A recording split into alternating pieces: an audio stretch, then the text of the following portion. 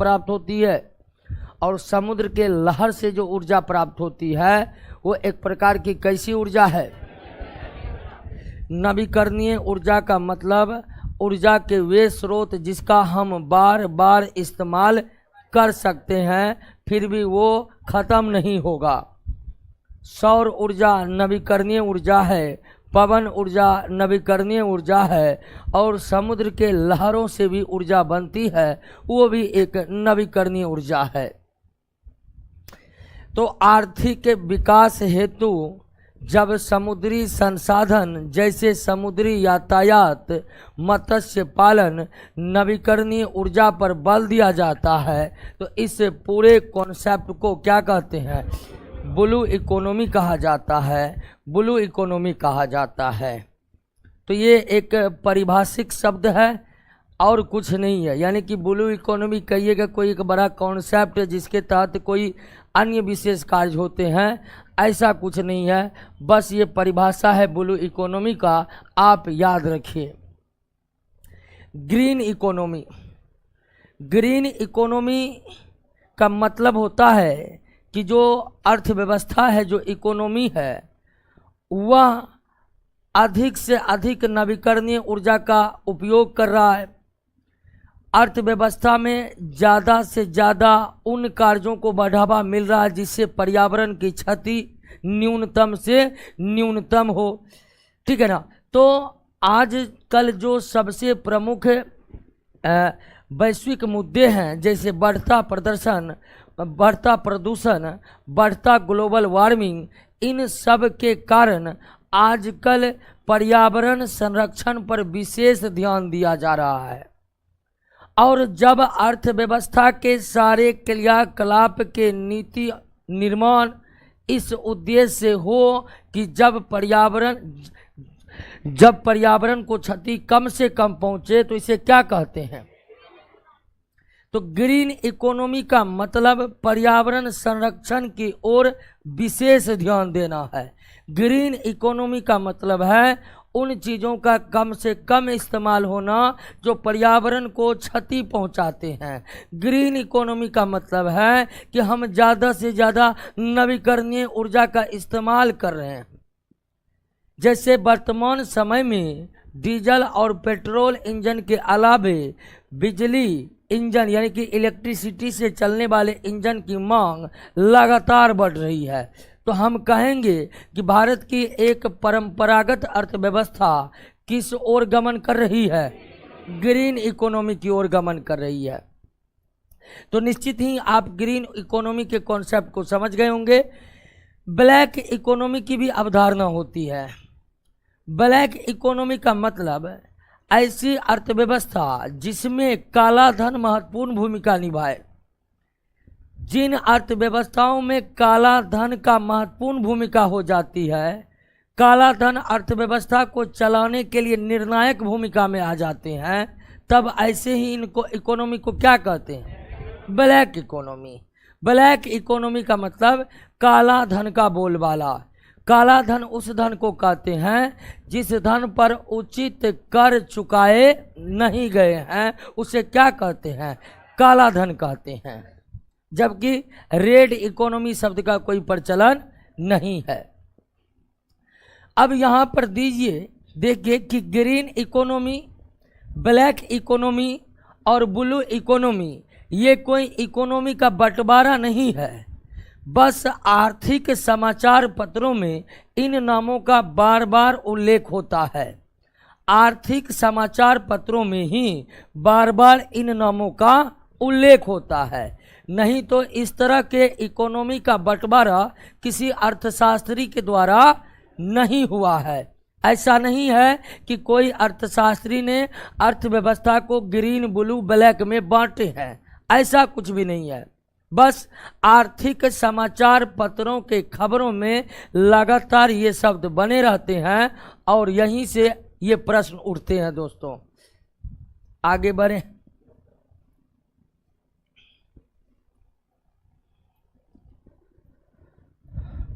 दूसरा प्रश्न, स्वतंत्रता के पश्चात भारत में मिश्रित अर्थव्यवस्था अपनाने के क्या उपाय थे? मिश्रित अर्थव्यवस्था अपनाने के क्या उपाय थे या क्या कारण थे?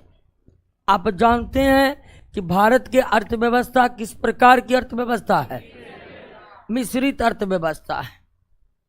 और मिश्रित अर्थव्यवस्था के कई लक्षण होते हैं, जिनमें सबसे बड़ा लक्षण होता है कि मिश्रित अर्थव्यवस्था में निजी क्षेत्र भी होते हैं और उसके साथ साथ सार्वजनिक क्षेत्र भी होते हैं, और इनके बीच जो है सह अस्तित्व का भावना रहता है। क्या रहता है? सह अस्तित्व का भावना रहता है। सह अस्तित्व का भावना का मतलब दोनों क्षेत्र दोनों को सहयोग करते हुए आगे बढ़ेंगे। इसके विपरीत जो पूंजीवादी अर्थव्यवस्था होते हैं उसमें केवल निजी क्षेत्र होते हैं और उनके बीच सह अस्तित्व का नहीं बल्कि गला काट प्रतियोगिता पाई जाती है। मिश्रित अर्थव्यवस्था के उलट जो पूंजीवादी अर्थव्यवस्था होते हैं उन अर्थव्यवस्थाओं में केवल और केवल निजी क्षेत्र होते हैं और उन निजी क्षेत्रों के बीच गला काट प्रतियोगिता पाई जाती है। गला काट प्रतियोगिता पाई जाती है। क्लियर? इसके विपरीत समाजवादी अर्थव्यवस्था में केवल कौन क्षेत्र होते हैं? सार्वजनिक क्षेत्र होते हैं, जिनमें कोई प्रतियोगिता होती ही समाजवादी अर्थव्यवस्था प्रतियोगिता विहीन अर्थव्यवस्था है। मिश्रित अर्थव्यवस्था में प्रतियोगिता तो होती है, लेकिन सह अस्तित्व के भावना के कारण स्वस्थ प्रतियोगिता होती है। ऐसा नहीं कि दोनों एक दूसरे से काफी ज्यादा गला काट प्रतियोगिता वाली स्थिति में रहे।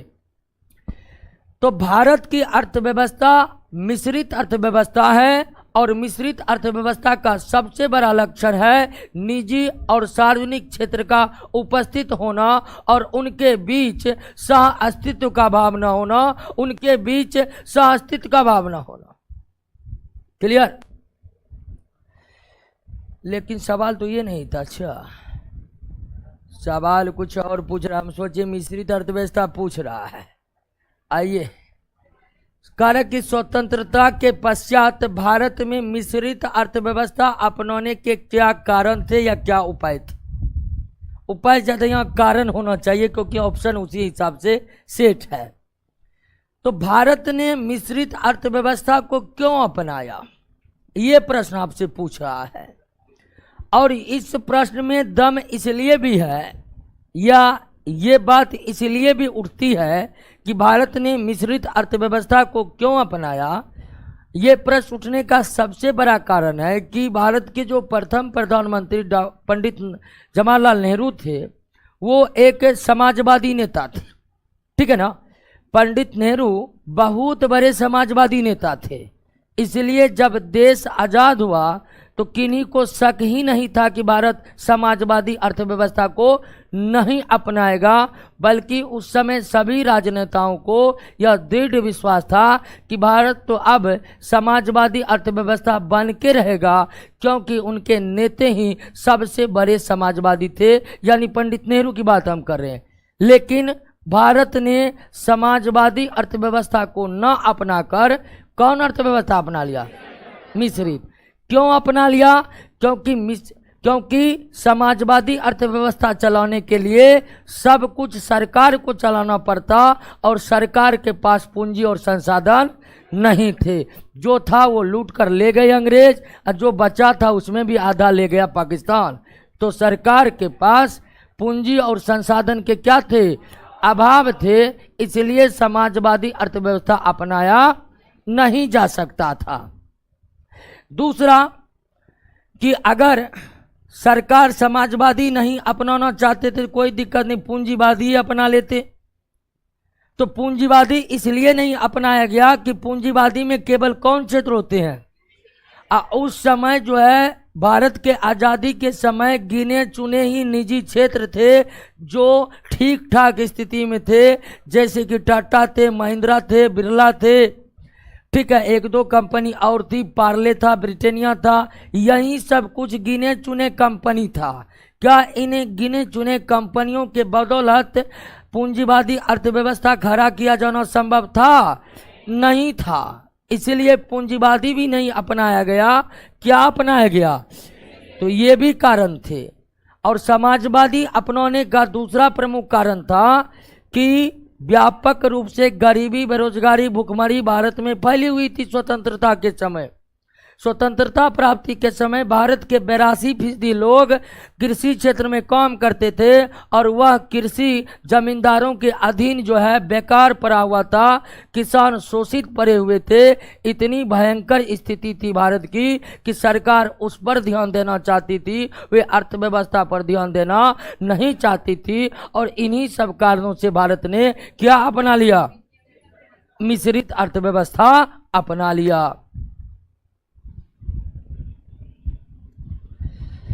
तीसरा, एक लेखा वर्ष। लेखा वर्ष मतलब 1 अप्रैल से 31 मार्च, यही है भारत का लेखा वर्ष, फाइनेंशियल ईयर। सरकार का साल शुरू होता है 1 अप्रैल को और ख़त्म हो जाता है 31 मार्च को।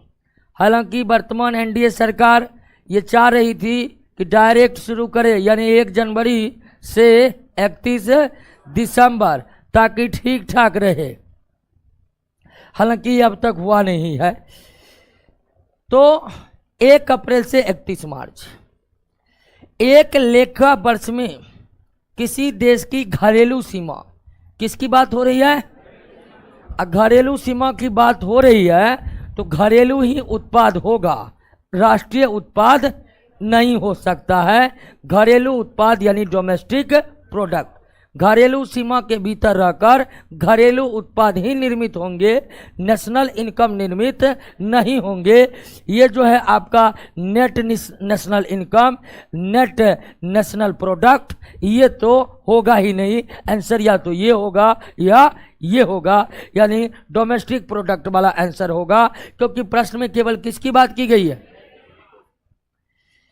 एक लेखा वर्ष में किसी देश की घरेलू सीमा में उत्पादकों द्वारा जितनी भी अंतिम वस्तु और सेवाओं का उत्पादन होता है, अंतिम वस्तु और सेवाओं का उत्पादन होता है, उनकी बाजार कीमत के योग को, बाजार कीमत की बात कर रही है, बाजार कीमत होगा तो इसका आंसर सीधे सीधे निकल रहा है क्या? ए होगा। समझे कि नहीं समझे?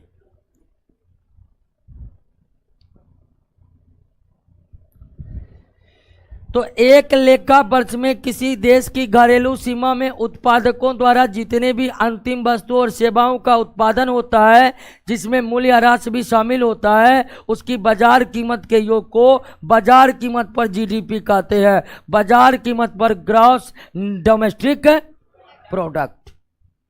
नेक्स्ट, राष्ट्रीय आय मापने की उत्पादक विधि को उत्पादक कह सकते हैं, या इसके जगह आप क्या लिख सकते हैं? उत्पादन विधि। राष्ट्रीय आय निकालने के 3 विधि है, एक उत्पादन विधि और दूसरा व्यय विधि और तीसरा आय विधि। तीसरा जो है आय विधि। ये राष्ट्रीय आय 3 विधि के द्वारा निकाला जाता है। और राष्ट्रीय आय इसलिए निकाला जाता है कि ताकि देश के प्रगति का अनुमान लगाया जा सके। उदाहरण के लिए भारत राष्ट्रीय आय इसलिए निकालता है कि हम जानना चाहते हैं कि हमारा भारत आगे बढ़ रहा है कि नहीं बढ़ रहा है, या पीछे तो नहीं जा रहा है। तो देश के प्रगति का अनुमान लगाने का एकमात्र तरीका है कि देश अपना राष्ट्रीय आय निकाले। राष्ट्रीय आय 3 विधि से निकलता है, उत्पादन विधि, व्यय विधि, आय विधि। और हर देश अपने राष्ट्रीय आय का मापन इन तीनों विधि से लगाता है, इन तीनों विधि से लगाता है सभी देश, भारत भी। तो कह रहा कि उत्पादक विधि को और किन नाम से जाना जाता है? तो उत्पादन विधि को इन तीनों नाम से जाना जाता है। उत्पादन विधि को मूल्य वृद्धि भी कहते हैं, मूल्य वृद्धि विधि भी कहते हैं। उत्पादन विधि को सूची गणना विधि भी कहते हैं। उत्पादन विधि को औद्योगिक उद्यम विधि भी कहते हैं। इन तीनों नामों से जाना जाता है।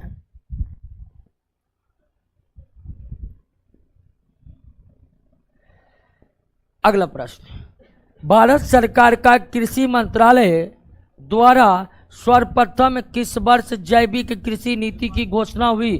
2005 में। और सिक्किम पहला राज्य था जिसे जैविक राज्य का दर्जा प्राप्त हुआ था। जब हम कृषि में रासायनिक उर्वरक और कीटनाशकों के प्रयोग को छोड़कर प्राकृतिक खाद और प्राकृतिक कीटनाशकों का इस्तेमाल करते हैं तब इसे कहते हैं क्या?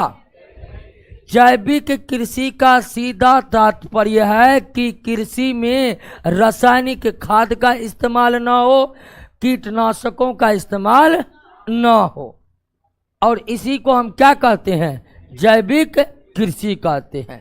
क्लियर है? और पहला राज्य कौन है जो जैविक कृषि? सिक्किम। वैसे आप जानते पूर्वोत्तर राज्य की ही परिस्थिति है कि वो जैविक कृषि का पालन कर सकते हैं। उनके पास जनसंख्या कम है, जमीन ज़्यादा है, अच्छा से खेती करे। बिहार सब में जैविक कृषि तो लागू न होगा क्या? हाँ, लोग की स्थिति ये होगी, खाद नहीं मिलता है तो खेती नहीं करता है। अब देखिए कई बार ऐसी बात हुई कि यूरिया के कमी के कारण हम प्रत्यक्ष रूप से देखे हैं कि गांव में गेहूं बुआई हुआ ही नहीं, किसान फ्री है, किस बार का दिन मिला है। क्लियर हो गया? और कीटनाशकों का प्रयोग तो इस तरह का, कीटनाशकों का प्रयोग का प्रचलन तो इस तरह हो गया है कि अब किसान को देखते हैं लुंगी में जो है सिरिंज खोसिए चलता है कि नहीं जी? जार देखें, एक दो बार खेत पर देखें, 4 बार घूमेगा किसान, निकालेगा, दबा लेगा, सीधे मार देगा, कोई डर नहीं, डायरेक्ट। तो कीटनाशकों का प्रचलन जो है बहुत ज़्यादा हो चुका है, बहुत ज़्यादा, खास करके सब्जियों में तो एकदम कहिए इतने ज़्यादा कीटनाशकों का प्रयोग हो रहा है कि अगर किसी का सब्जी स्वयं नहीं उपज रहा है अपने खेतों में तो वो कीटनाशक को खा ही रहा है, ये मानकर चलनी चाहिए। भारत सरकार द्वारा शुरू की गई मुद्रा योजना का क्या उद्देश्य था?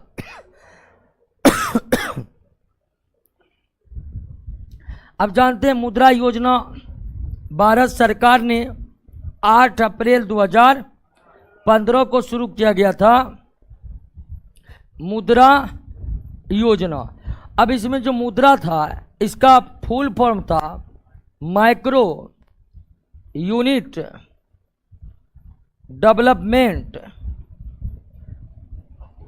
Micro unit development refinance agency. मुद्रा योजना में जो मुद्रा शब्द है उस मुद्रा शब्द का वास्तविक अर्थ है micro unit development refinance agency, यानी कि छोटी छोटी उत्पादन इकाइयों को वित्त प्रदान करने के लिए, यानी फाइनेंस देने के लिए ही इस योजना की शुरुआत की गई थी। यानी छोटे व्यापार स्थापित करने हेतु आसान वित्तीय सहायता उपलब्ध कराना मुद्रा योजना का मेन मकसद था।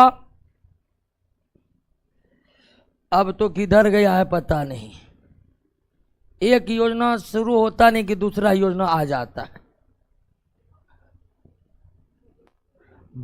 वर्तमान सरकार की योजना और संयुक्त राष्ट्र संघ का दिवस क्या है कि नहीं? अभी माननीय प्रधानमंत्री को बुला लेकर दे कि कौन कौन योजना शुरू किए हैं, तो हमको नहीं लगता उनके सचिव को भी याद होगा पूरा का पूरा। प्रधानमंत्री तो छोड़ ही दीजिए, इतनी योजनाएं प्रारंभ की गई है। जब योजना सक्सेस नहीं होता है सरकार का तो उसमें सुधार के बदला दूसरी योजनाएं चला देता है। तो अब तो मुद्रा योजना की बात नहीं हो रही है और सरकार अब इसका प्रचार भी नहीं कर रहा है। और बैंक वाला एक समय तक मुद्रा योजना बैंक वाला पकड़ कर देता था, जान जाता था कि कुछ कर सकता था, उसके घरे पर मैनेजर पहुंच रहा था, मुद्रा योजना ले लीजिए, इतना प्रेशर था सरकार का। और आज तो मुद्रा योजना बोला, आज फिलहाल में जाइएगा बैंक, तो जब मुद्रा योजना आया तो बड़े बड़े पोस्टर आए थे, उस पर माननीय प्रधानमंत्री की फोटो और लगा हुआ था। अब वो फोटो जो देखे थे, अब पोस्टर जो है उसको जो है ना बैंक से में पीक फेंकने वाला रहता है, वहाँ पर फेंका हुआ था। तो लग रहा था कि मुद्रा योजना अब कबार हो चुका है, किसी को इस तरह लोन नहीं मिल रहा होगा। खैर हम लोग आ जाते हैं, हम लोग को याद रखना है 8 अप्रैल 2015। आ जाइए 7 पर। निम्नलिखित कथनों पर विचार कीजिए। निम्नलिखित कथनों पर विचार कीजिए। पहला कथन है कि प्रथम पंचवर्षीय योजना के समय सामुदायिक विकास कार्यक्रम की शुरुआत की गई थी। प्रथम पंचवर्षीय योजना के समय सामुदायिक विकास कार्यक्रम की शुरुआत की गई थी। बिल्कुल, सामुदायिक विकास कार्यक्रम की शुरुआत कब की गई थी? 1952 में। सामुदायिक विकास कार्यक्रम की शुरुआत कब हुई थी? 1952 में। और प्रथम पंचवर्षीय योजना 1951 से लेकर 56 तक चला था। तो सामुदायिक विकास कार्यक्रम 1952 में चला था, जिसका उद्देश्य था कि सरकार के कार्यों में नागरिक की सक्रिय भागीदारी हो। इसी उद्देश्य से चला गया था सामुदायिक विकास कार्यक्रम। जब देश आज़ाद हुआ था ना, तो सारे लोगों को एक साथ पता नहीं चला कि देश आज़ाद हो गया था। सुदूर इलाकों में लोगों को विश्वास था कि नहीं, अब भी अंग्रेज का शासन चल ही रहा। 1947 के बाद तो नई सरकार जो बनी, उनके सामने सबसे विकट परिस्थिति यही था कि वे अपने नागरिकों को पूर्ण रूप से विश्वास दिलाए कि अब शासन जो है उनका अपना है, अंग्रेज छोड़कर चला गया है। यही बताने के उद्देश्य से शुरू की गई थी सामुदायिक विकास कार्यक्रम। हालांकि इसका उद्देश्य ये था कि सरकार के कार्यों में नागरिकों की सक्रिय भागीदारी हो, लेकिन ये योजना पूरी तरह से फ्लॉप हो गया। ग्रामीण क्षेत्र मानने के लिए तैयार ही नहीं हुए कि सच में अंग्रेज चला गया है। और लोग मानने के लिए तैयार इसलिए नहीं हुए थे कि अंग्रेज जिन कर्मचारियों के भरोसे शासन कर रहे थे, वो कर्मचारी तो थे ही आज़ादी के बाद, सिर्फ अंग्रेजे ने चला गया, कर्मचारी वही थे। वही कर्मचारी जब फिर से कहने जाते थे कि देश आज़ाद हो गया, तो उसको लगता था कि कोई नया कांड करेगा ये सब, ठीक है, इसलिए उस पर कोई विश्वास किए ही नहीं। इसलिए सामुदायिक विकास कार्यक्रम क्या हो गया?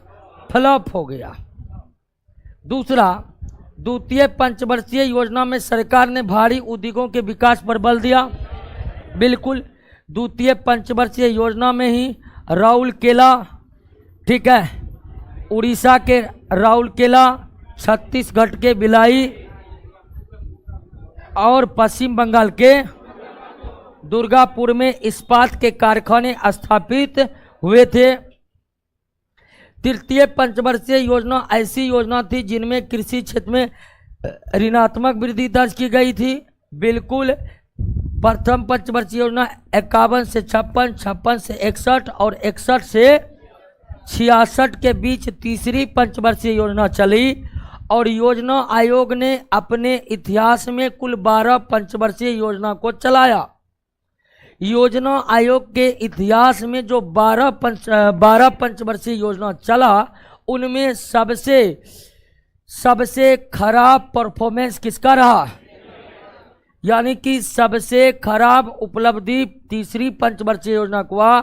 यह योजना फ्लॉप हो गया, यहाँ तक कि इसमें कृषि ने ऋणात्मक वृद्धि दर्ज की, जिसका कारण था 1962 में भारत चीन युद्ध, 1965 में भारत पाकिस्तान युद्ध और 1966 में भयंकर सूखा पड़ गया, मानसून वर्षा ही नहीं। और 1966 में पूरा कृषि 95% मानसून आधारित थी।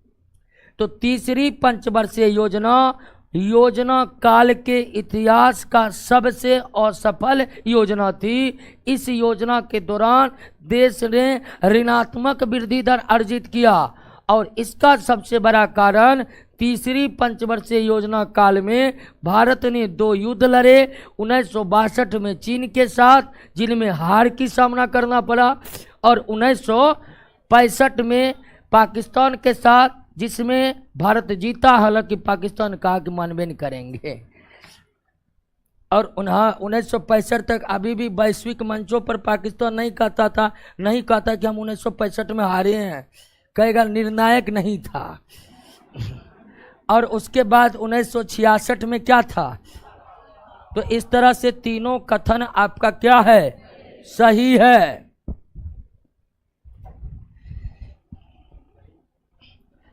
आठ नंबर, नीति आयोग के संबंध में निम्न में कौन सा कथन सही नहीं है। आप जानते हैं कि 1 जनवरी 2015 को योजना की जगह नीति आयोग अस्तित्व में आ गया। तो नीति आयोग के संबंध में कौन सा कथन सही नहीं है। पहला है, यह योजना आयोग के तरह संविधानेतर संस्था नहीं बल्कि संवैधानिक संस्था है। गलत है दोस्तों, यही कथन क्या है। संवैधानिक संस्था वही होगा जिसका उल्लेख संविधान में किया जाए। तो किसी भी अनुच्छेद में ना तो योजना आयोग न ही नीति आयोग की चर्चा है। तो नीति आयोग भी योजना आयोग की तरह एक संविधानेतर संस्था है, संवैधानिक संस्था नहीं है। बाकी तो अब सब सही होगा। नीति आयोग सहकारी संघवाद के सिद्धांत पर काम करता है, बिल्कुल सही है। और सहकारी संघवाद का मतलब होता है सबको सुनकर निर्णय लेना, और सब हल्ला कर रहे हैं तो निर्णय नहीं लेना, यही होता है सहकारी संघवाद। सहकारी संघवाद का मतलब है कि हर निर्णय लेने से पहले हर सदस्य से पूछिए, हर सदस्य की राय जानिए, अधिकतम सदस्यों की जो राय है वही राय को सब बनाइए। प्रधानमंत्री नीति आयोग के अध्यक्ष होते हैं, बिल्कुल नहीं भी होते तब होते। प्रसिद्ध अर्थशास्त्री अरविंद पनगटिया को नीति आयोग का पहला उपाध्यक्ष नियुक्त किया गया था। सही है, पहला कथन ही गलत है। नेक्स्ट, गरीब लोगों की मात्रा तय करने के लिए, गरीब लोगों की मात्रा तय करने के लिए सर्वप्रथम गरीबी रेखा की अवधारणा का विकास किसके द्वारा किया गया। अब जानते हैं कि गरीबी भी 2 प्रकार की होती है। गरीबी भी कितने प्रकार की, 2 प्रकार की होती है। एक निरपेक्ष गरीबी, एब्सोल्यूट पॉवर्टी, और एक सापेक्ष गरीबी, रिलेटिव पॉवर्टी।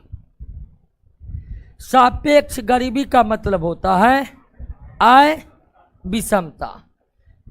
आय विषमता यानी कि समाज में सभी लोगों का आय जो है एक समान न हो, किसी के बहुत ज़्यादा हो, किसी का बहुत कम हो, तो कम वाला गरीब है। लेकिन वो कौन गरीब है, सापेक्ष गरीबी है। और निरपेक्ष गरीबी का मतलब वास्तविक गरीबी। जब एक व्यक्ति जीवन यापन के लिए अनिवार्य आवश्यक पदार्थ को प्राप्त करने में असफल रहता है तो उसे गरीब कहते हैं। और कौन गरीब कहते हैं। लेकिन सापेक्ष गरीबी वास्तविक गरीबी नहीं है। सापेक्ष गरीबी वाली स्थिति में लोगों को न्यूनतम आवश्यक चीज प्राप्त होते हैं, लेकिन वे समाज के अन्य लोगों की तुलना में कम कमाते हैं। इसीलिए समाज के अन्य लोगों की तुलना में वो क्या है, गरीब हैं। वो सापेक्ष गरीब है। जैसे सबके पास मोटरसाइकिल है, आपके पास साइकिलें हैं, तो आप क्या माना जाइएगा उस समाज में, गरीब। लेकिन वो कौन गरीबी है, सापेक्ष गरीबी तुलना करके निकला। तो गरीबी भी 2 प्रकार के होते हैं। वास्तविक गरीब निरपेक्ष गरीबी कहलाता है, जबकि आय विषमता को क्या कहते हैं। तो सापेक्ष जो गरीबी जो है, इसको प्राप्त करने के लिए गिनी गुणांक तथा लॉरेंज वक्र है। सापेक्ष गरीबी को किसके द्वारा मापा जाता है, गिनी गुणांक तथा लॉरेंज वक्र के द्वारा। गिनी गुणांक और लॉरेंज वक्र जो है ये गरीबी मापने के तरीके हैं। लेकिन कौन गरीबी, सापेक्ष गरीबी। या इसके बदले आप क्या बोल सकते हैं, आय विषमता बोल सकते हैं। क्या बोल सकते हैं? आय विषमता। लेकिन जो निरपेक्ष गरीबी है उसको मापने के लिए पहले क्या तैयार किया जाता है? गरीबी रेखा। और उसके नीचे रहने वाले सभी लोग क्या होते हैं? गरीब, जैसे भारत में। और गरीबी रेखा का अवधारणा किसने दिया? आर वाइल्ड ने।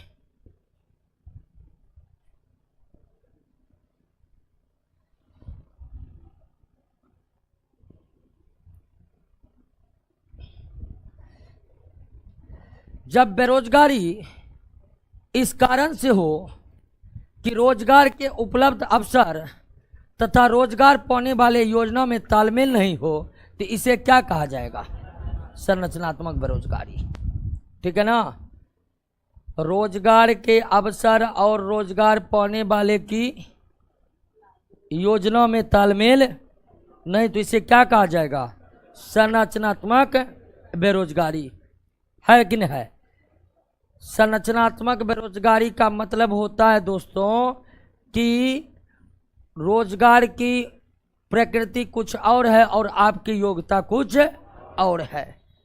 रोजगार की प्रकृति में है कि नाइट ड्यूटी होगा, लेकिन जो रोजगार करेगा उसका दिक्कत है कि वो रात में देख ही नहीं सकता है, ड्यूटी चाहिए तो दिन में।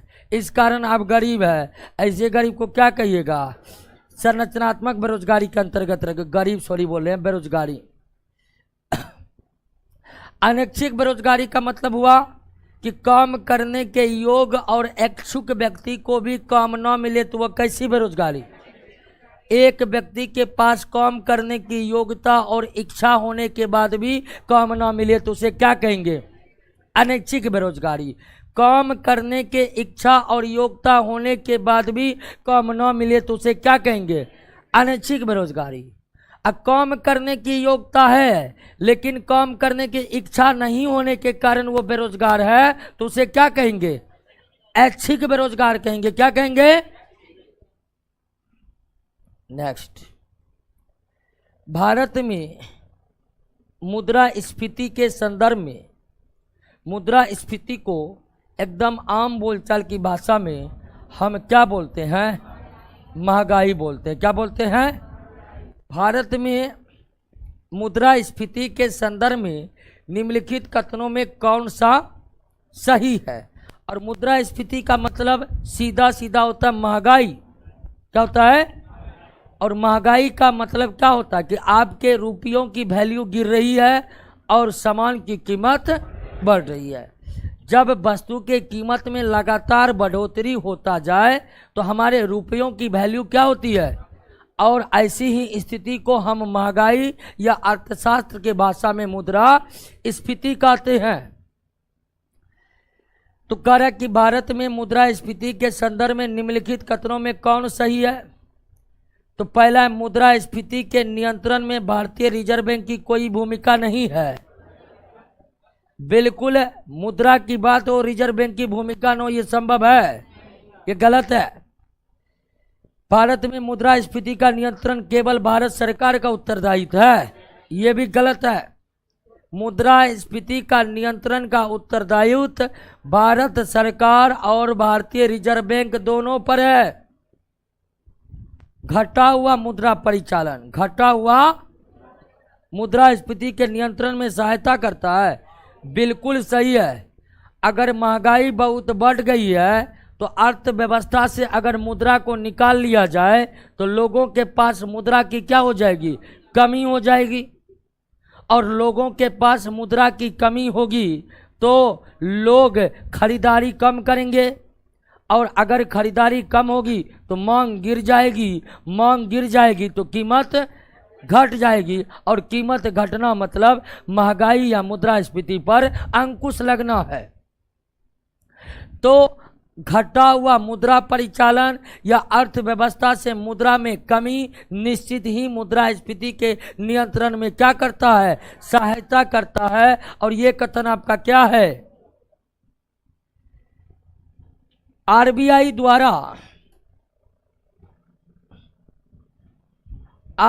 द्वारा बैंक दर में वृद्धि के कारण अर्थव्यवस्था पर क्या प्रभाव पड़ेगा?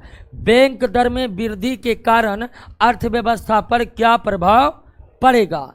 सबसे पहले ये जानिए कि ये बैंक दर है क्या। बैंक दर है क्या? बैंक दर आरबीआई जिस दर पर व्यापारिक बैंक जो जनता के साथ कारोबार करती है, जैसे एसबीआई, पीएनबी, एचडीएफसी, क्या है? व्यापारिक बैंक।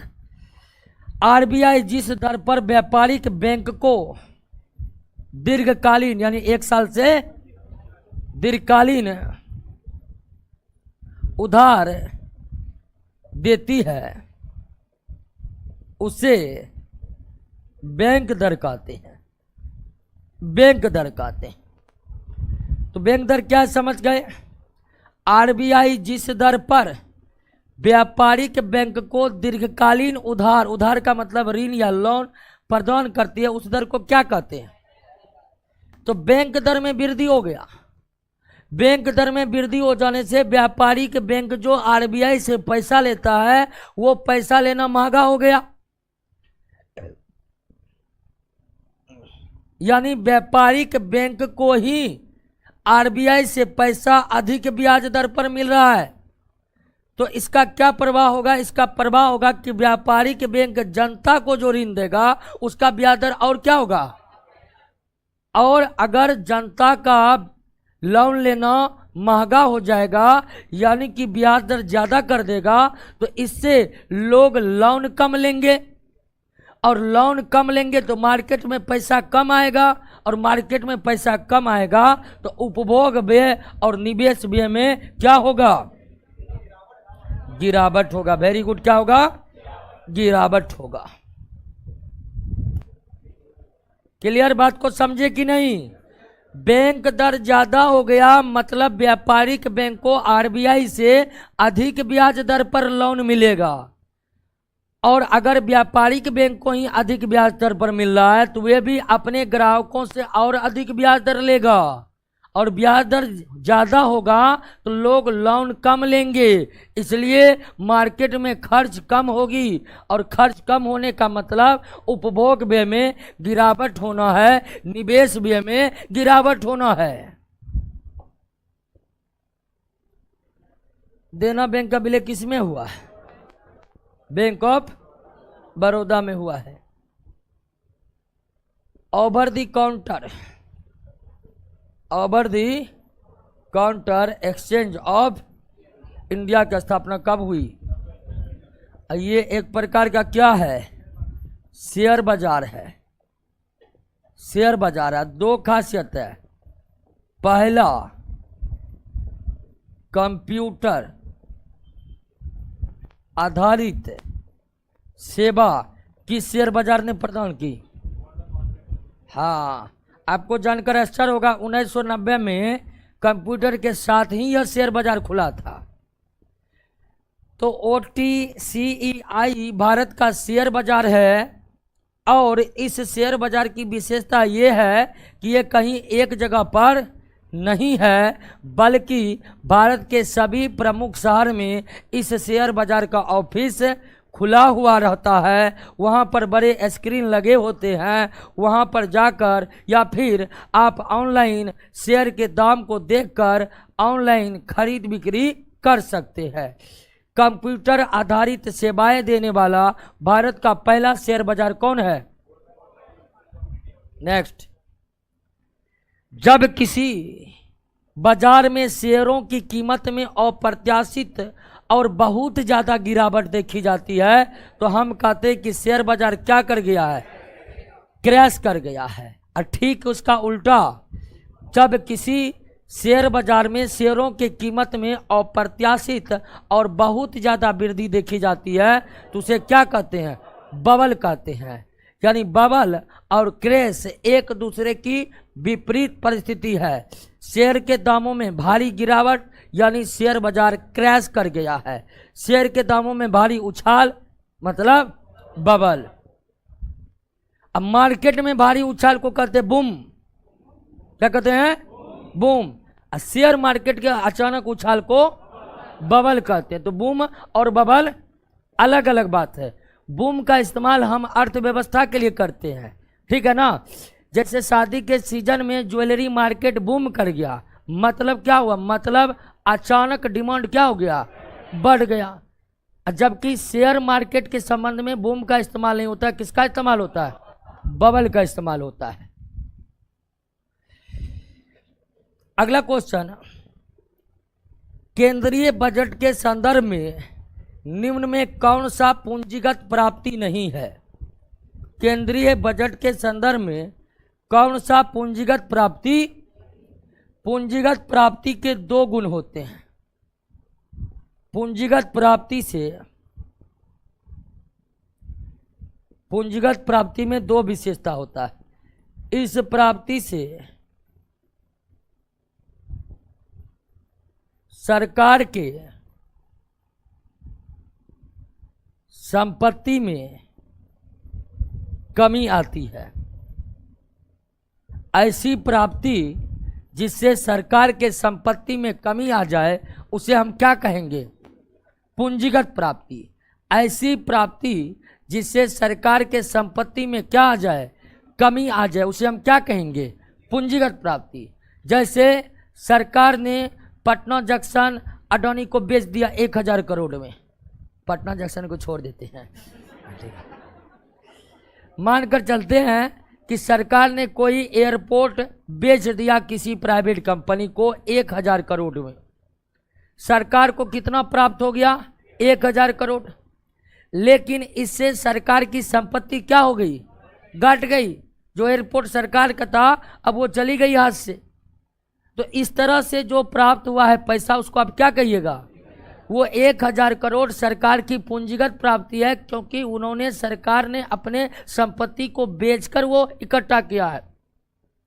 तो पूंजीगत प्राप्ति ऐसा प्राप्ति होता है जिससे सरकार की संपत्ति में क्या आ जाए, कमी आ जाती है, जिससे सरकार की संपत्ति में कमी आ जाती है। और दूसरी विशेषता होती है, इस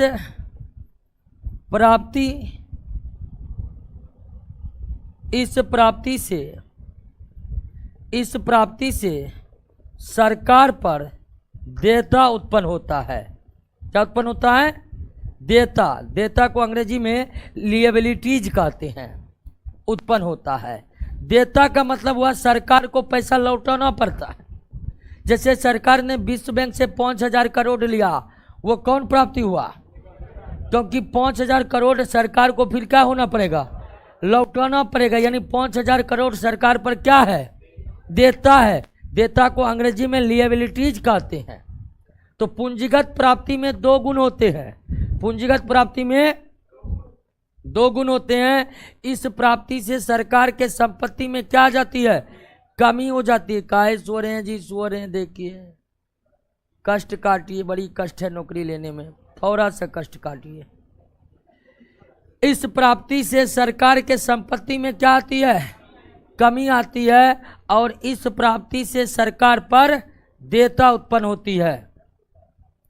तो अब करें कौन पूंजीगत प्राप्ति ने, ऋण और सहायता। निश्चित तौर पर पूंजीगत प्राप्ति होगा, क्योंकि ऋण और सहायता सरकार पर क्या उत्पन्न करेगा, ऋण की वसूली से सरकार की संपत्ति में क्या होती है, क्योंकि सरकार अगर किसी को ऋण दिया है तो वो भी उसकी संपत्ति है, और ऋण वसूलने से संपत्ति क्या होगी, इसलिए ऋण वसूली भी क्या है, पूंजीगत प्राप्ति। विनिवेश, सरकार अपने कंपनियों के शेयर को बेचना क्या कहलाएगा, अब विनिवेश करने से संपत्ति में क्या होती है, इसीलिए विनिवेश भी क्या है, पूंजीगत प्राप्ति है।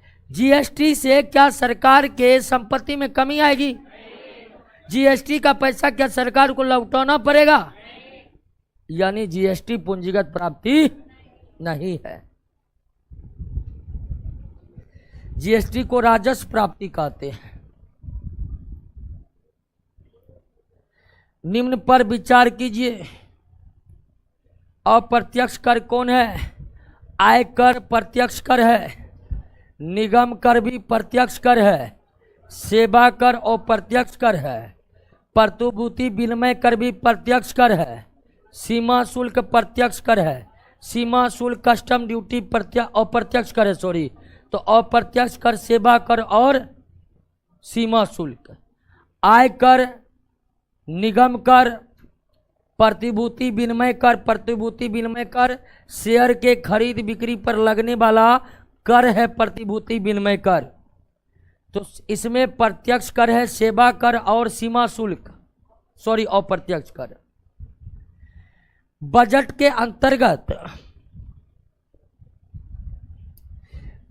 के अंतर्गत जब राजकोषीय घाटे में वृद्धि होगी तो इसका परिणाम अर्थव्यवस्था पर क्या पड़ेगा? राजकोष के घाटे में वृद्धि होगी।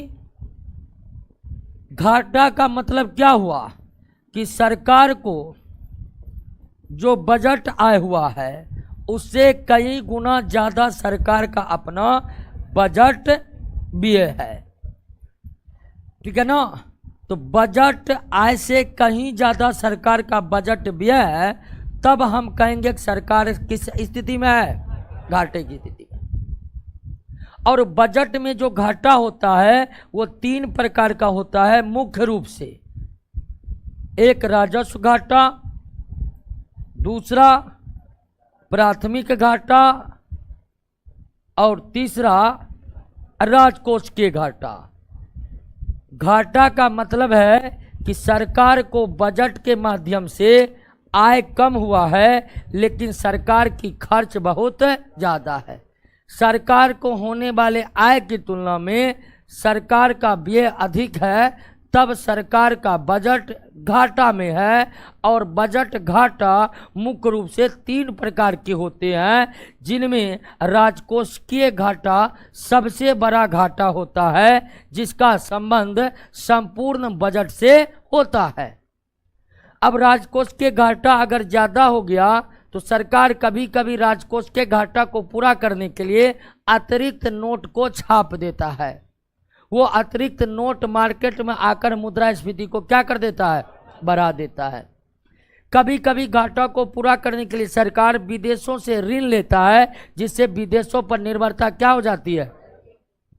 और अगर सरकार पर दिनों दिन घाटा बढ़ रहा है तो उसको पूरा करने के लिए निश्चित तौर पर सरकार अपने नागरिकों से ही कर वसूलेगी। और आप ही के समय निश्चित रूप से घाटा ज़्यादा है तो निश्चित तौर पर आने वाली पीढ़ी पर आज ही आप कर का बोझ लाद रहे हैं कि नहीं लाद रहे हैं। तो इनमें से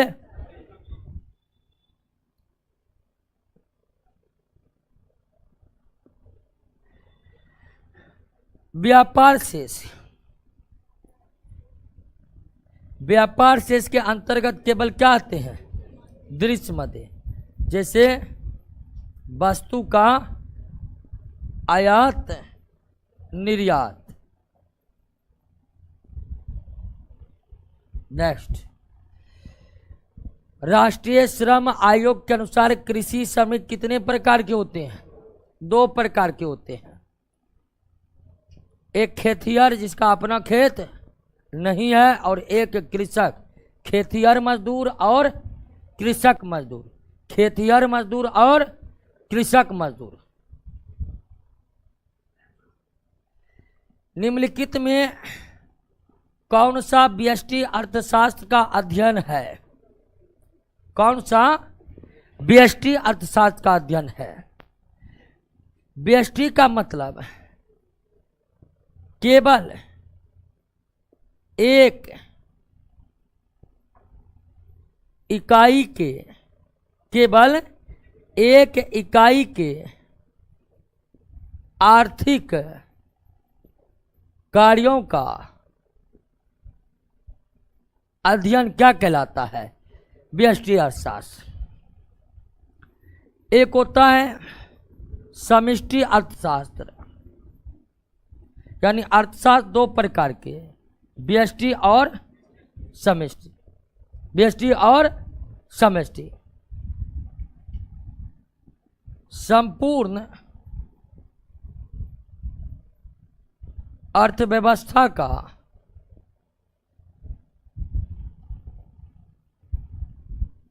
आर्थिक कार्यों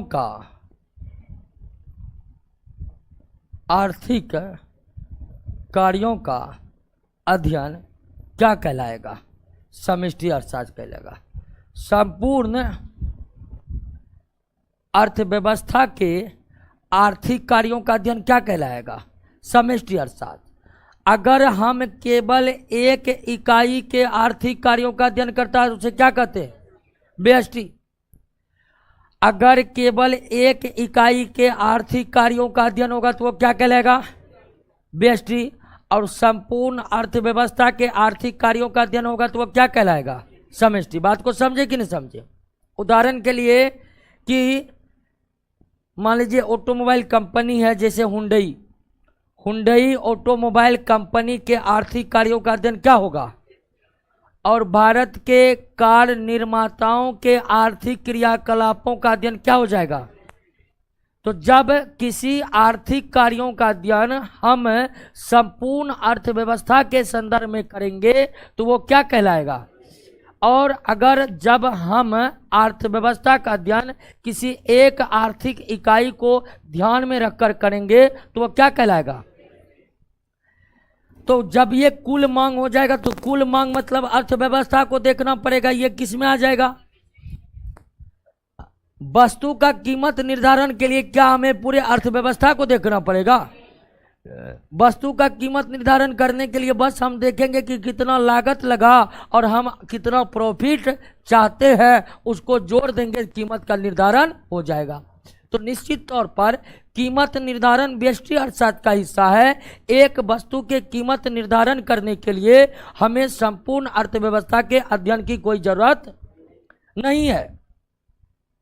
राष्ट्रीय आय का मतलब ही हो जाता है संपूर्ण अर्थव्यवस्था। राष्ट्रीय आय का मतलब संपूर्ण अर्थव्यवस्था में, अगर संपूर्ण अर्थव्यवस्था के आय का जब हम एक जगह करेंगे तभी नहीं निकलेगा राष्ट्रीय आय। कृषि एक संपूर्ण अर्थव्यवस्था के आधार पर किया जाने वाला कार्य है, तो कृषि भी हो जाएगा समष्टि अर्थशास्त्र के अंतर्गत। उत्पादन संभावना वक्र का ढाल कैसे होता है जी? ये होता है बाएं से दाएं है, इसी तरह होता है। उत्पादन संभावना वक्र का ढाल जो है बाएं से दाएं होता है। और यह ढाल जो है अर्थव्यवस्था में किन्हीं दो वस्तुओं के उत्पादन के कौन कौन से संयोग हो सकते हैं, इसी को दर्शाया जाता किसे? उत्पादन संभावना वक्र के द्वारा अर्थव्यवस्था में उत्पादित होने वाले किन्हीं दो वस्तुओं के संभावनाओं के स्थितियों को देखा जाता है इस वक्र के द्वारा। और ये होता है आपको बाएं से दाएं। किसी वस्तु में मानवीय आवश्यकता की पूर्ति की क्षमता को क्या कहते हैं? उपयोगिता कहते हैं। क्या कहते हैं? उपयोगिता कहते हैं। ऐसी वस्तु जिनका एक दूसरे के बदले प्रयोग किया जा सका उसे क्या कहते हैं? स्थानपन्न वस्तु कहते हैं। एक के जगह दूसरे का प्रयोग कर सके उसे क्या कहते हैं? स्थानपन्न कहते हैं। क्लियर? जैसे एक साबुन नहीं मिला, उसके पैरेलल जो साबुन आप खरीद रहे हैं वो उसका क्या है? स्थानपन्न है। पेप्सोडेंट लेने गए, नहीं मिला, क्लोजअप खरीद कर ले आए, क्लोजअप पेप्सोडेंट का क्या कहलाएगा? स्थानपन्न कहलाएगा। क्लियर? जब प्याज की कीमत में 8% की वृद्धि होती है तब प्याज की मांग में 5% की कमी होती है। मांग लोच क्या होगा? तो मांग लोच बराबर होता है मांग में प्रतिशत परिवर्तन बटे कीमत में प्रतिशत परिवर्तन। कीमत में प्रतिशत परिवर्तन। मांग में प्रतिशत परिवर्तन कितना है? 5 और कीमत में 8। आंसर हो जाएगा डी। क्लियर हो गया? चलिए दोस्तों, अर्थव्यवस्था के सारे प्रश्न हो गए हैं। अब इसके बाद रोशन सर आएंगे और आगे के प्रश्नों पर डिस्कस करेंगे। क्लियर? लगता है सवेरे हो गया है ना।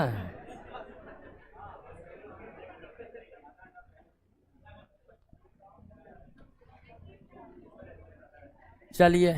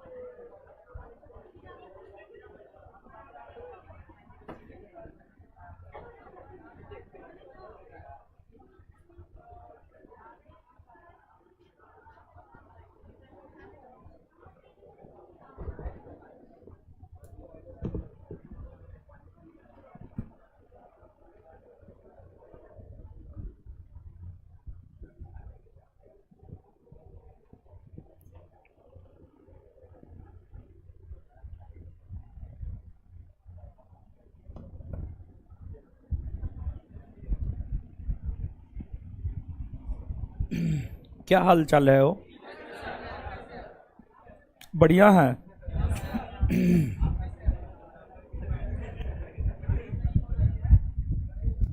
क्या हुआ?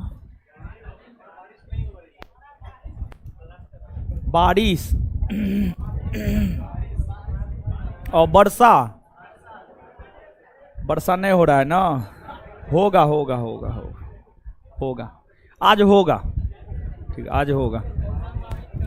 लग तो रहा है, नहीं लग रहा? सब दिन ऐसे ही रहता है। ओ है, सुनिए हो, 16 जुलाई 16 जुलाई 16 जुलाई 16 जुलाई को एगो परीक्षा है। परीक्षा है ना? है ना? हाँ है।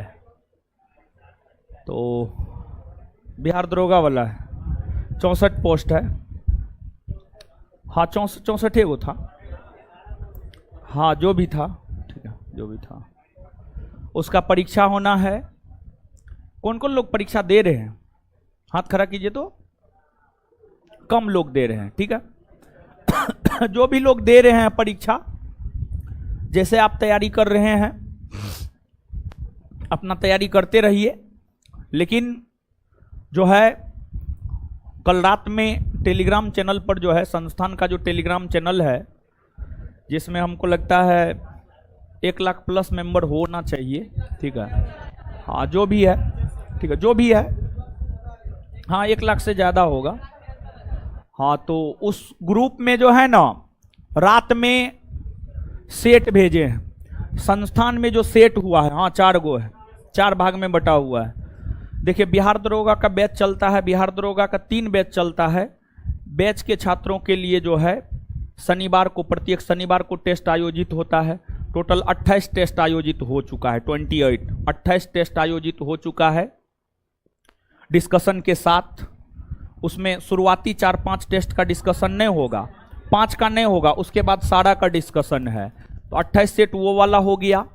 और सुबह 8 से 10 बिहार दरोगा का टेस्ट होता है डेली बेसिस पर, सॉरी MWF में होता है। तो उसका 47-48 सेट हो गया। टोटल को कंपाइल करके जो है आपको भेज दिया गया है। अप्रॉक्स में 7,000 प्लस क्वेश्चन होगा। और उसमें कुछ में डिस्कशन है, कुछ में डिस्कशन नहीं है, आंसर सब में है। जो भी लोग परीक्षा देने जा रहे हैं, आप जैसे तैयारी कर रहे हैं अपना करते रहिए। साइड से जो है एक बार प्रयास कीजिएगा उसको भी पढ़ के जाने का। और हमको लगता है कि बहुत सारा क्वेश्चन वहां से आएगा, क्योंकि जो टेस्ट है सिलेबस बेस्ड टेस्ट था, यानी जो बिहार दरोगा का सिलेबस है उसी के अकॉर्डिंग क्वेश्चन सेट हुआ है और उसी के अकॉर्डिंग टेस्ट हुआ है। तो हमको लगता है कि वहां से क्वेश्चन लड़ेगा। अभी कुछ भी कहना सही नहीं रहेगा, लेकिन जब परीक्षा हो जाएगा, टेलीग्राम पर तो क्वेश्चन हम भेज ही दिए हैं, परीक्षा हो जाएगा। ऐसे तो परीक्षा का क्वेश्चन आउट होता है नहीं, परीक्षा का क्वेश्चन बाहर आता है नहीं, लेकिन क्वेश्चन आउट हो जाता है व्हाट्सएप पे वायरल, परीक्षा के बाद होना शुरू हो जाता है। अगर परीक्षा का क्वेश्चन वायरल हुआ तो हम परीक्षा के क्वेश्चन और उस सेट दोनों में बता देंगे कौन कौन सा क्वेश्चन है जो आपको यहाँ से आया है, और हम आपको भरोसा देते हैं, क्वेश्चन हम सेट किए हैं, डिस्कशन हम लिखे हैं, तो हमको पता है कि उसमें क्या है क्या नहीं है उस 7000 प्लस क्वेश्चन में। तो आपको फायदा करेगा, ये फायदा करेगा, निश्चित तौर पर फायदा करेगा। तो हम आपसे यही कहना चाह रहे थे कि जो भी हमारे भाई और दीदी जी लोग परीक्षा देने जा रहे हैं, सभी लोग उस टेस्ट के क्वेश्चन आंसर को निकाल करके उसको, अभी 6-7 दिन टाइम है, आज तो क्या तारीख है, हाँ 8-9 दिन टाइम है, उसको पढ़ जाइए। पर डे में टारगेट ले लीजिए 1000 क्वेश्चन करना है, पर डे टारगेट लीजिए 1000 क्वेश्चन करना है और कर जाना है। क्या कालिया परीक्षा दे रहे हैं कि नहीं दे रहे हैं? कालिया पूछ रहे हैं, दे रहे हैं? हाँ, तो 7000 क्वेश्चन याद करके सुनाना है आपको। कब सुनाइएगा? अगले शुक्रवार को, ठीक है, नहीं तो उल्टा टांग देंगे हम। चलिए आ जाइए अब। तो टेलीग्राम पे भेज दिए, अपना देख लीजिएगा, देखने का मन होगा देखिएगा, नहीं देखने का मन होगा नहीं देखिएगा। लोकतंत्र है न हो, इसमें सिर्फ कहा जा सकता है, बताया जा सकता है, करना या न करना आपके ऊपर निर्भर है। और बीपीएससी का भी जो परीक्षा हो रहा है, सॉरी बिहार एसएससी का, बिहार एसएससी का 23 जुलाई को, उसमें भी वो कारगर साबित होगा, ठीक है। और करंट भी काफी सिलेक्टेड करंट है, और करंट की आप बात करेंगे तो हमको लगता है 500 करंट से कम तो उसमें नहीं होगा, और 500 अच्छा करंट है उसमें, ठीक है। तो एशिया कप 2023 किन 2 देशों में खेला जाएगा? देखिए, पहले तो था कि पाकिस्तान में होगा, लेकिन भारत जो है असहमति जताने लगा, तो फिर जो है यह तय किया गया कि पाकिस्तान और श्रीलंका दोनों देश में सम्मिलित रूप से एशिया कप का आयोजन किया जाएगा। तो एशिया कप 2023 का आयोजन पाकिस्तान और श्रीलंका दोनों में सम्मिलित रूप से किया जाना है। जून 2023 में चौथा राष्ट्रीय जल पुरस्कार, थोड़ा मिस्टेक है, ठीक है, जून 2023 में चौथा राष्ट्रीय जल पुरस्कार किसके द्वारा प्रदान किया जाएगा? इसको थोड़ा सही कीजिएगा, किसके द्वारा प्रदान किया जाएगा? किसके द्वारा प्रदान किया जाएगा, क्वेश्चन ये होगा, ठीक है। टाइपिंग मिस्टेक है। तो जो राष्ट्रीय जल पुरस्कार है, यह भारत के उपराष्ट्रपति जगदीप धनखड़ के द्वारा जो है प्रदान किया जाना है। जगदीप धनखड़ उपराष्ट्रपति न है जी? हाँ, उपराष्ट्रपति है। पहले ही गवर्नर हुआ करता था पश्चिम बंगाल का, और काफी मुखर गवर्नर है, और मोदी जी के पक्षों को काफी सजगता, सहजता और आक्रामक रूप से रखने का काम जो है जगदीप धनखड़ करते हैं, और उसी का जो है रिजल्ट है उनको उपराष्ट्रपति बनाया गया, और कोई खास वजह नहीं है, समझ गए। 37वें राष्ट्रीय खेलों के शुभंकर का नाम क्या है? मोगा, समझ गए, मोगा। और ये कहाँ होगा जी? गोवा में होगा। अक्टूबर 2023 में गोवा में होगा। अक्टूबर 2023 में कहाँ होगा? गोवा में होगा, गोवा में, ठीक है। कौन सा मध्य यूरोपीय देश समलैंगिक विवाह को वैध बनाने वाला पहला देश बना है? एस्टोनिया बना है। कौन बना है? एस्टोनिया। रॉ का नया प्रमुख किसे नियुक्त किया गया? रॉ RAW रॉ का फुल फॉर्म क्या होता है जी? Research and RESEARCH research and analysis wings, समझ गए। यह रॉ जो है भारत सरकार के कौन विभाग के अंतर, नहीं, प्रधानमंत्री के अधीन आता है रॉ, नहीं, गृह मंत्रालय के अधीन नहीं आता, सॉरी। रॉ भारत सरकार के अंतर्गत जो है प्रधानमंत्री के अधीन आता, प्रधानमंत्री के अधीन, गृह मंत्रालय नहीं नहीं नहीं नहीं नहीं, प्रधानमंत्री के अधीन आता है, प्रधानमंत्री के अधीन आता है। और यह संगठन स्थापित हुआ है 1968 में। 1968 में इसका मुख्यालय नई दिल्ली में है और इसके जो नए प्रमुख बने हैं रवि सिन्हा बने हैं, रवि सिन्हा इसके नए प्रमुख बने हैं, रवि सिन्हा, समझ गए। नेक्स्ट, निम्नलिखित में से किस राज्य में दुनिया का सबसे बड़ा रामायण मंदिर बनाया जाएगा? अपना बिहार में बनाया जाएगा, बिहार, वेस्ट चंपारण ना। हाँ। जून 2023 में जलवायु रिपोर्ट के अनुसार निम्नलिखित में से कौन सा महाद्वीप दुनिया का तेजी से गर्म होने वाला महाद्वीप है? यूरोप। कौन है? यूरोप। ग्लोबल लिवेबिलिटी इंडेक्स 2023 में सामने आया दु,निया का सबसे रहने योग्य शहर कौन सा है? वियना है। कौन है? वियना है। 45वां यूरोपियन निबंधन पुरस्कार किसने जीता है? अरुंधति राय। निम्नलिखित में से किस राज्य में देश की सबसे बड़ी निजी रेल कोच फैक्ट्री का उद्घाटन किया गया? तेलंगाना में किया गया है, तेलंगाना में। किस व्यक्ति ने सिम्फनी टू जैज नामक एक नई पुस्तक लॉन्च की है? अंकित खेमका। भारत में किस राज्य सरकार ने नुमालीगढ़ और गोहपुर के बीच पहली पानी के नीचे सुरंग के निर्माण की घोषणा की है? असम किया है, असम। बलिदान स्तंभ की आधारशिला कहां रखी गई है? श्रीनगर में। कौन सा देश हाल ही में सड़क नेटवर्क के मामलों में दूसरा सबसे बड़ा देश बन गया? भारत। पहला अमेरिका, पहला स्थान पे अमेरिका है, दूसरा देश बना है भारत, अपना भारत। यहां पर बिहार ने होगा, किस राज्य की सरकार होगा? किस शब्द होगा? किस राज्य की सरकार ने देसी गाय खरीदने पर अनुदान देने की घोषणा की है? देखिए, गाय होता है एगो देसी, एगो है विदेशी न।